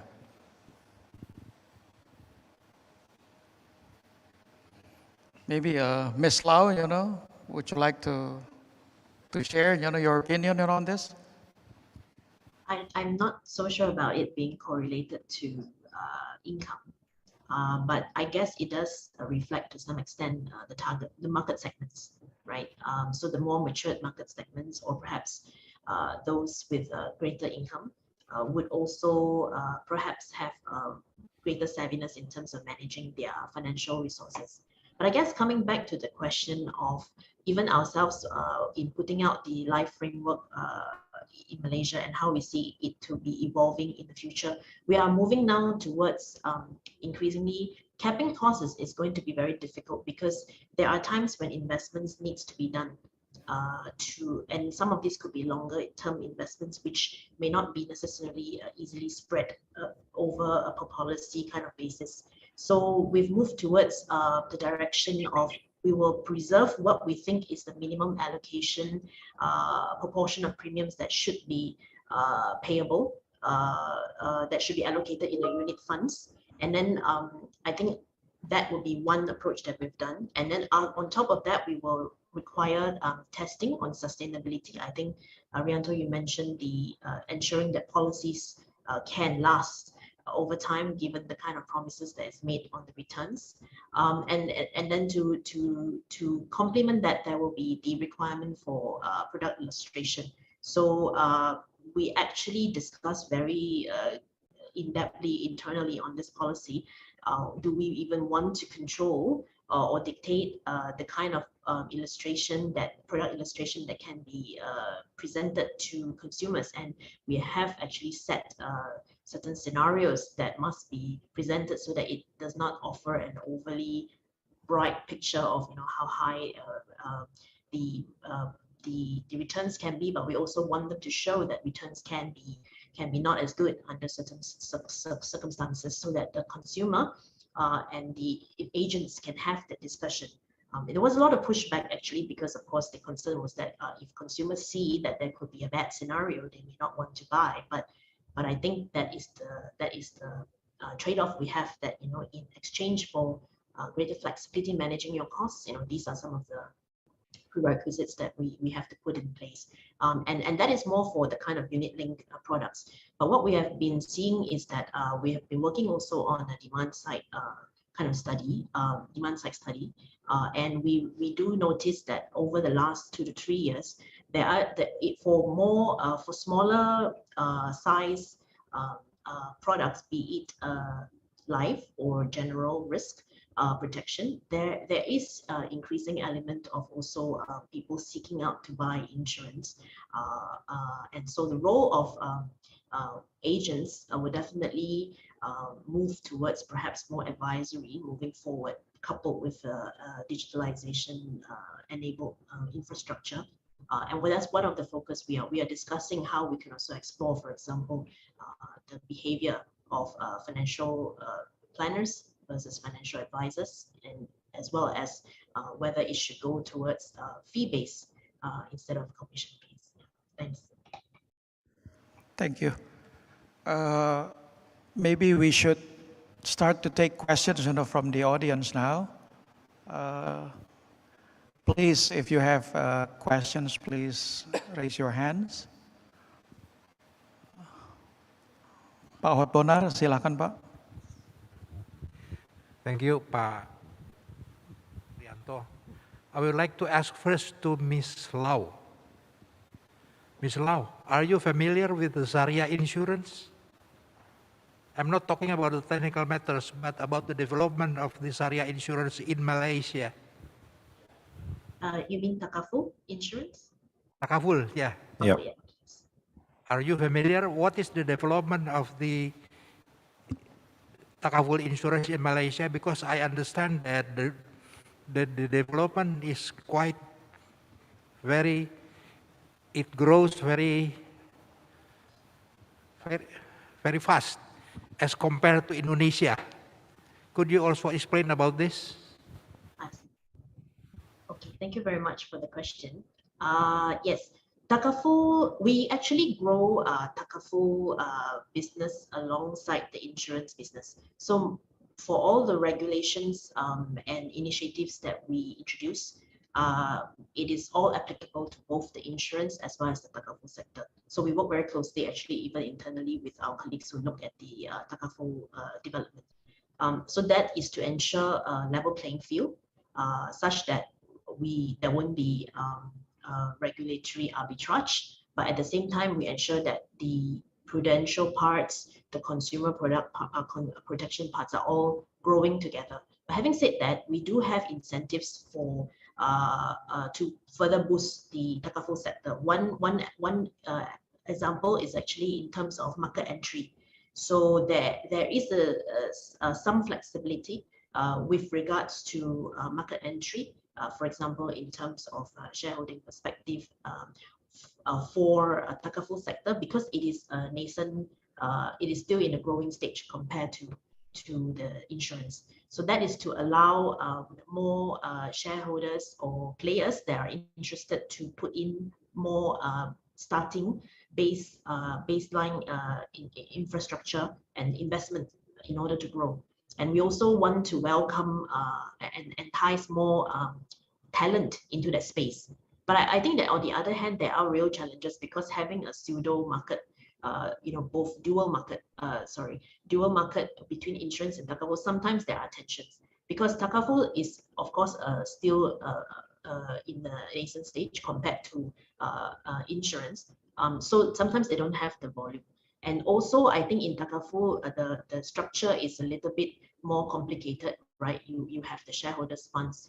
The splitting of the funds is different from the conventional side.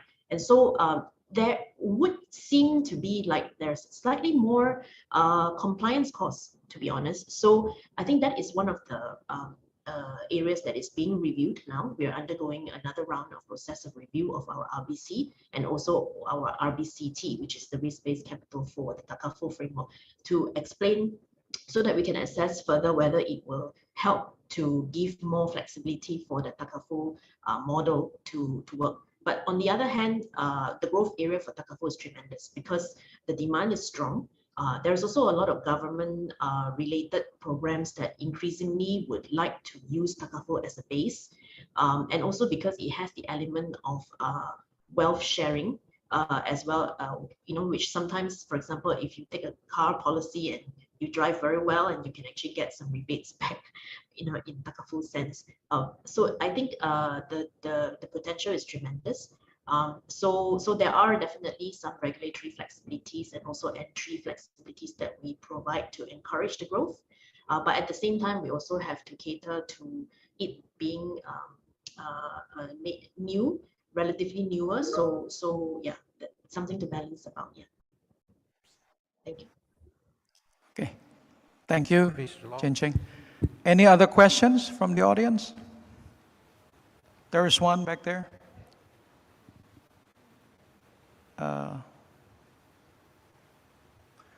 Tolong mic-nya ke belakang, Pak, di sebelah kanan.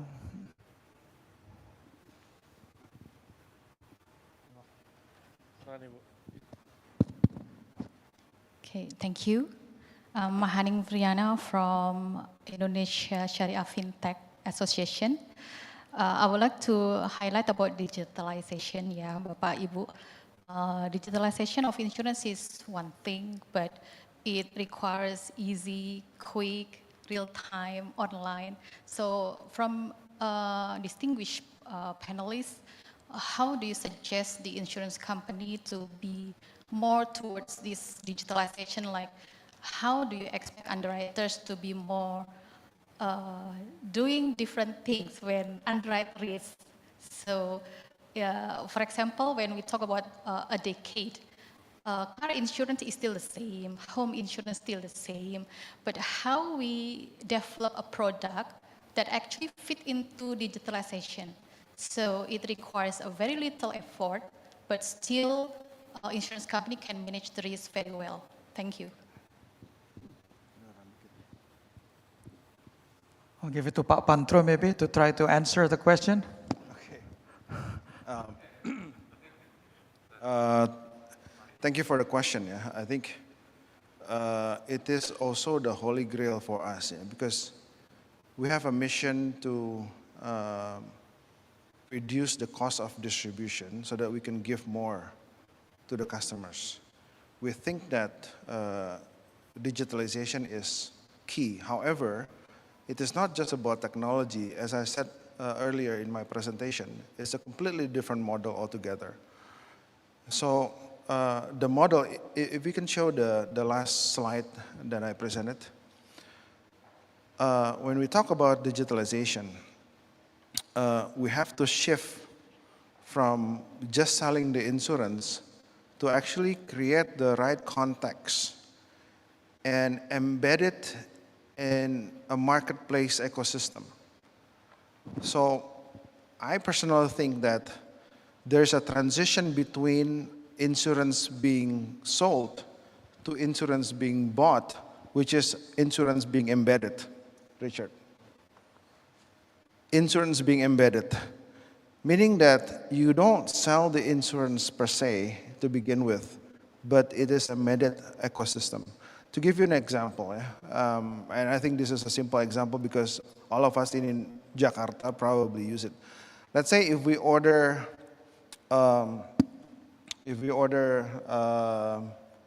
stuffs or buy stuffs from Tokopedia, right?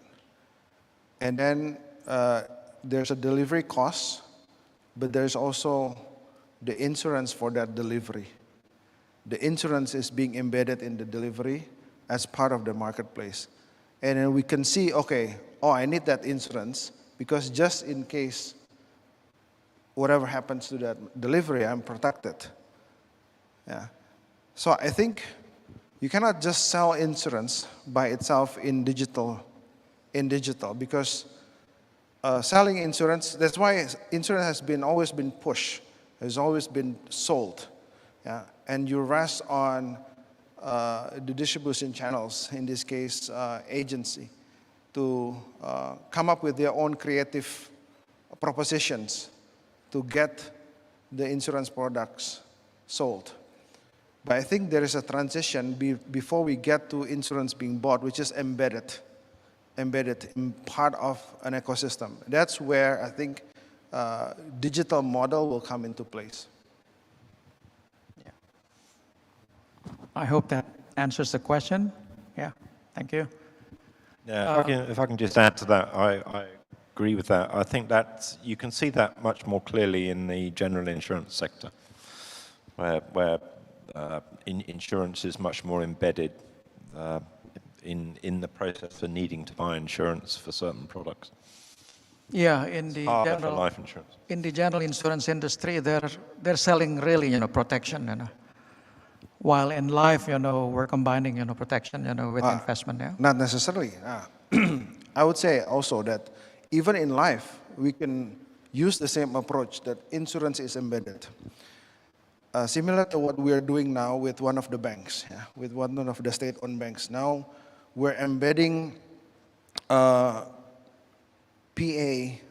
protections to a mortgage process, right? To a mortgage process. So we can actually do that. So in fact, I think, now actually let me segue a bit to credit life and credit insurance. Yeah. I am a strong believer that credit life insurance is actually a good product. But credit insurance is not a good product. Yeah, credit insurance is where the insurance company manages the credit risk of the banks. I mean, how can it be possible that the insurance company is better in managing the credit risk of the banks, which has done the KYC, yeah, has access to SLIC. By the way, insurance companies, we don't have access to SLIC. Has double check on the collateral and has an ongoing relationship with the borrower. None of that exists with the insurance company. So it's very difficult, yeah, to assess the credit risk. And in fact, the past is not always the best estimate for the future. There's also macroeconomic view, right? So on and so forth. I mean, banks usually have chief economists. Insurance don't have chief economists. My point is, I think Credit insurance, I think, is a terrible product for insurance company. If anything, what we can do is what I call is the balance sheet administrations arbitrage. So balance sheet arbitrage administrations, meaning that to clean up the balance sheet for the book, it's easier for the insurance company to do that. That's as far as the credit insurance. But credit life insurance, where the insurance company assess and manage the natural death risk, that's the role of the life insurance company. Life insurance company would be very good in doing that. It should be very good in doing that. And the banks don't have the competency to do that. Now, I think it is a very good product. And in fact, we can, and it's always been embedded as part of the credit applications. The only thing that is missing in our practice in Indonesia market is actually a proper underwriting. So if we do proper underwriting for a credit life insurance, I think it is a very good protection-oriented life insurance product that is also embedded. So it's an embedded product, embedded to credit applications. It's also protection, and it's actually the real protections provided by life insurance company that understands the best of the mortality risks of the customers. Yeah, for our information, a lot of general insurance companies in Indonesia have experienced problems, with their credit insurance portfolios. Yeah, the way they dealt, with the bank, was that the risk, was transferred, for the duration of the loan. So it's a long-term contract. And the premium is paid single premium upfront. Now, this type of risk, of course, is not a friendly risk. Yeah, credit risk, is not a friendly risk. So if you lock the contract, for a long-term period, it's not good risk management, generally. So a lot of companies experience problems, on credit insurance, especially the general companies. Ya. Pak Rianto, I have a point in here. Pak Adi, ini perspektif pemerintah gimana, Pak? Ini Okay. Supervisi mungkin apa? Yeah, I think Regulator, Pak.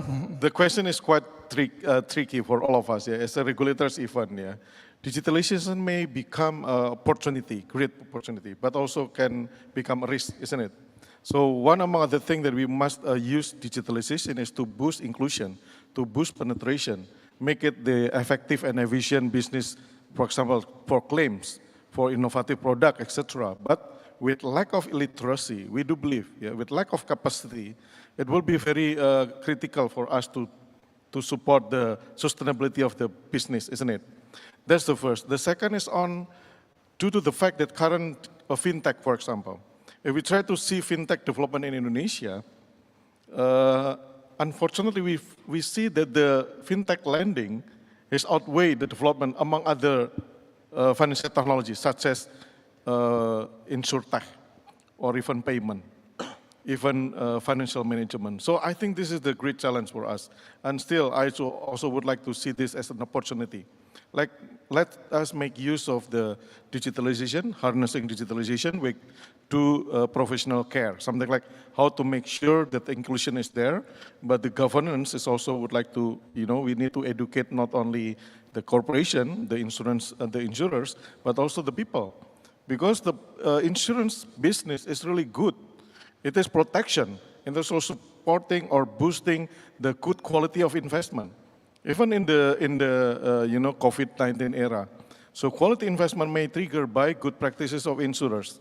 So that's what we would like to expect from 5% or below than 6% of the capitalization in insurance. We look to much forward to grab 20% of Indonesia capitalization insurers. That means penetration can be exposed more towards that opportunity and make use of digitalization is one among other strategy. Thanks, Pak Rianto. Maybe we should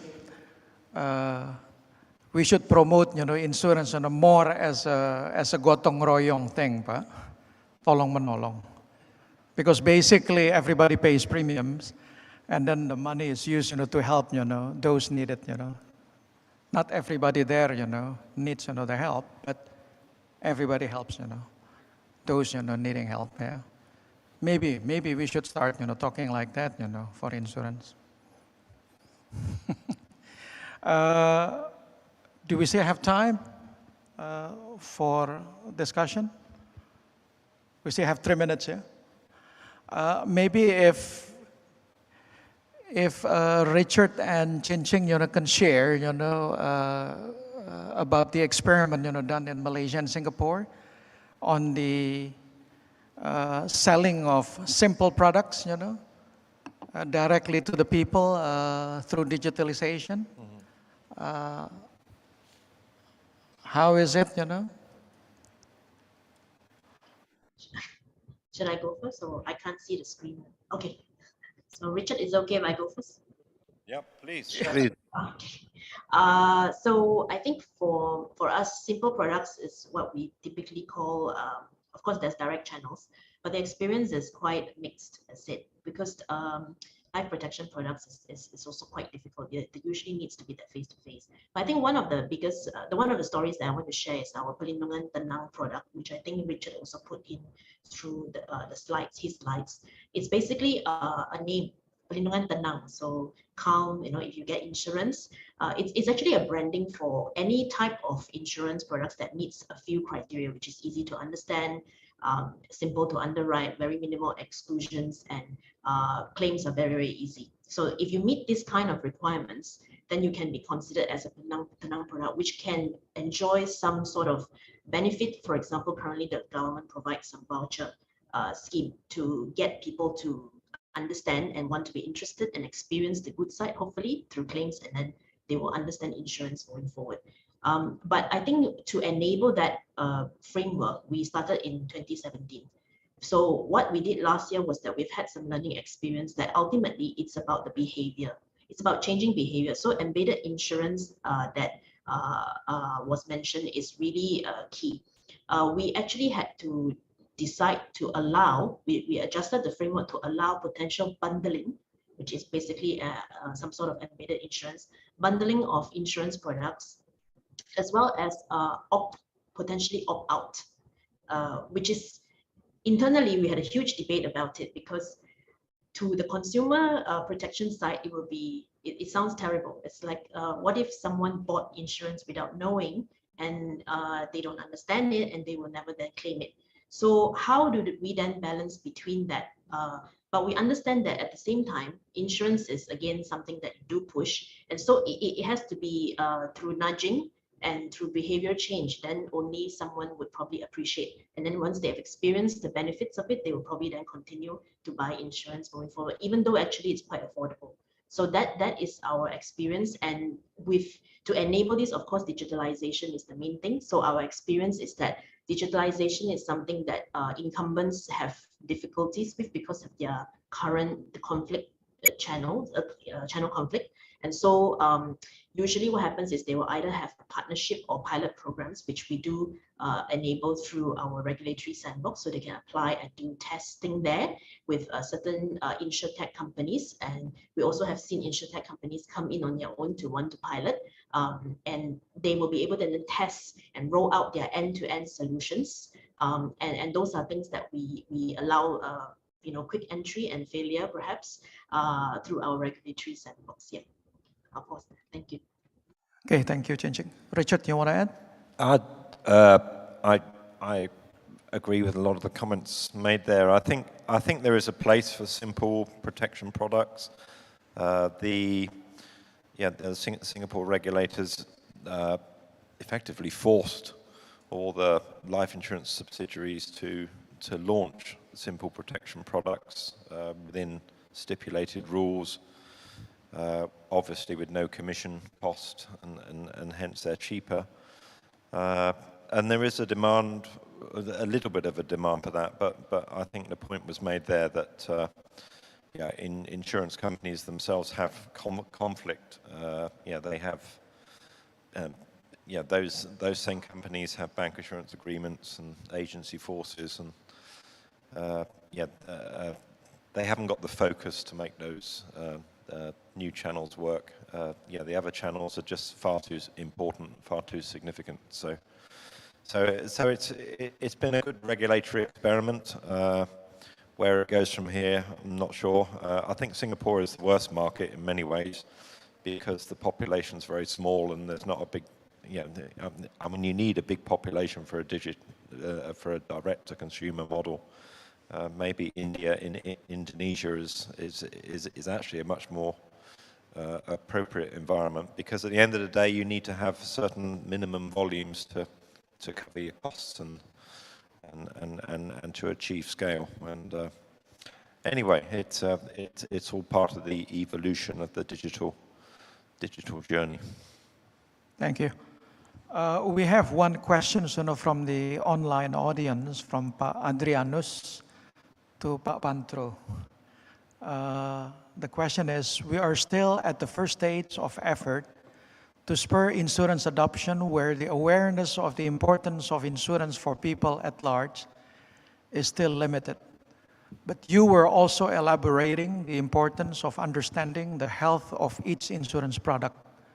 For majority of people, how can we be sure that the particular product is healthy? And this actually sounds like a simple question. Actually, answering it is not that simple because the key words here is for majority of the people, right? But I think at the end of the day, what's important is the ability of the insurance company to deliver on its promise, right? The ability of the insurance company to deliver on its promise. So if you wanted to assess the health of the product, first, you actually wanted to know the health of the company, right? The health of the company. Sometimes the health of the company is being biased by certain reputations or associations. But to really understand the health of the company, especially on the capital structure, it is really important. And that's why I think what is lacking in, especially among the general insurance, is the differentiation between the different insurance companies. So it's almost like insurance companies are basically all the same, but they're not the same. They're not the same. Now, in banks, we have different categorization of banks based on their capital structure and capital strength. You have book 1, 2, 3, 4. But in general insurance, there's no difference. But actually, capital structure is very important to determine whether the insurance company will be able to deliver on their promise. So I think to answer the question, how do you assess the health of a product? Of course, first, you have to assess the health of the company. Second, I think, if it has to be a very simple answer, if it's too good to be true, then you have to question it. Hope that answers the questions. Yeah, we're taking one more question from the online audience. Let me read the questions. If we look into the slide which stated Indonesia has a low insurance penetration rate compared to other countries, so in your perspective, how can we improve or increase the economic growth of Indonesia by insurance? Since maybe the society having minimum knowledge about it, about insurance products or insurance business model. Thank you. Who wants to answer that question? Pak Adi, silakan Pak Adi. Okay, probably my first, Thank you so much for the question. I think this is due to the fact that the Indonesia have still huge potential in terms of gotong royong by the number of the people. But since the literacy is quite low, I think that is the real much effort need to be collaborated to support that part. In terms of education, I already listened to Pak Rianto that the graduates for actuaries must be improving, should be enhanced, and also the literacy to the product. So up until now, with 1.9% penetration, I think we have to work very, very hard. But we must work strategically. That's why the reform, the one that we currently crafted, is actually the work that has been done collectively, Pak. So that means once we try to mitigate the growth, we also would like to improve the quality of the growth, not only just do the penetration, as we already aware, the unit link problems and so many things happening with due to the lacking of the literacy. So that's the first. The second is on improving the ecosystem, like Pak Rianto already mentioned. The government currently also contributed to the work that has been done, that discussed among other regulators, such as Ministry of Finance and the LPS, to run the PPP project or the program. So I think that's must to conclude now. Then that's good for the supporting the insurance industry and practices quite, in line with the banking sector that currently has already LPS or insurance corporation to support the deposit. Yeah. Thank you, Pak. Plus maybe Pak, also improvement, in the supervision capacity of the regulator, Pak. Yeah, not to mention the improvement of the regulators, and I already emphasized the importance of development for fintech. I think now fintech has become blur for one sector to another sector. So integrated supervision is important. That's why we also learn about subtech, regtech, sandboxing. So must be done in cooperative way among regulators. Thank you. Terima kasih, Pak. Time is up. It's time to close. So the, there's one question. Okay. Thank you. Rahul. Yeah, okay. Yeah, Rahul Shah from GSMA. We've spoken a lot about agents, and how important they still are in the chain. And it's also clear that, sometimes they are the problem. So I'm wondering, have you seen any solutions which are used for training agents? So there's one aspect of, training and assessment of agents. And then the second would be, actually, if we talk about data being used to create customized offers for customers, how about customized KPIs for agents? Is this something that's a bit of a dream, or is it something that you have seen somewhere? Give it to Richard, maybe, or maybe Chen Cheng. Yeah, Chen Cheng. Okay, sure.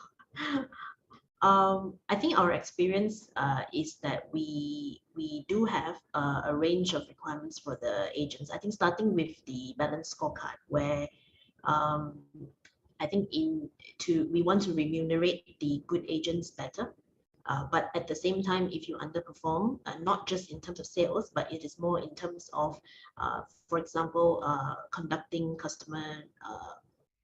no customer needs-based assessment, etc., and also completing your training, then you will be rewarded if you perform, and if you don't meet those requirements, you will receive less remuneration. I think that's one thing that we had put in place, a framework that we put in place. It took a lot of pain, to be honest, because obviously it requires a collaboration between the agency force, between companies, and also the regulator ourselves to agree on what kind of KPIs that can be used. I think that's one area.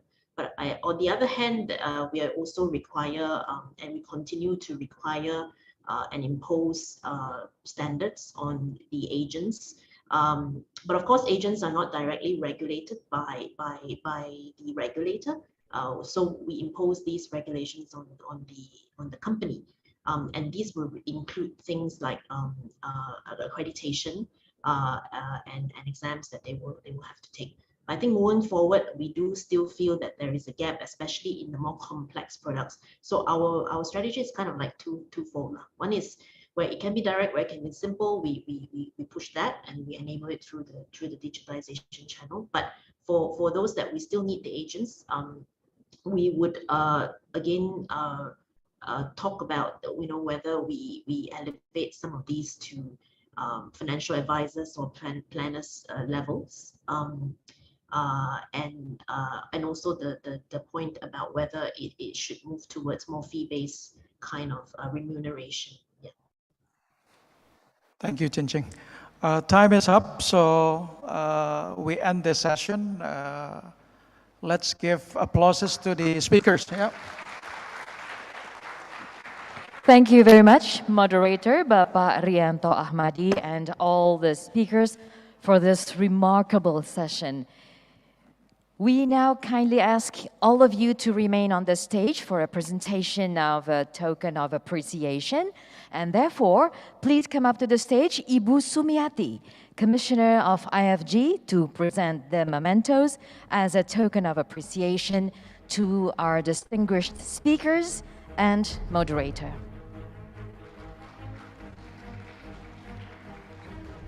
And this presentation of tokens of appreciation will be followed by photo session.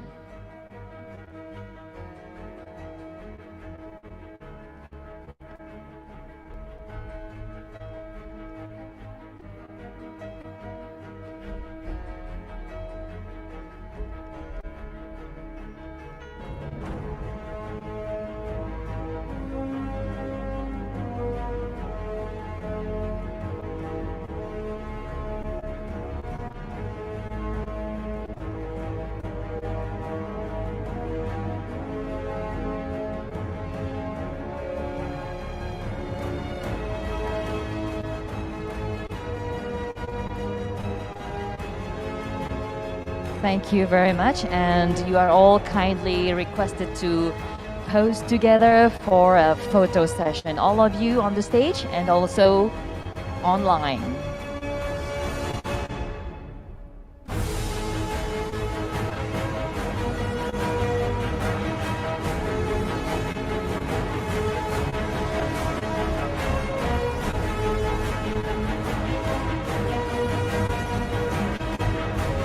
Thank you very much once again. A big round of applause, ladies and gentlemen.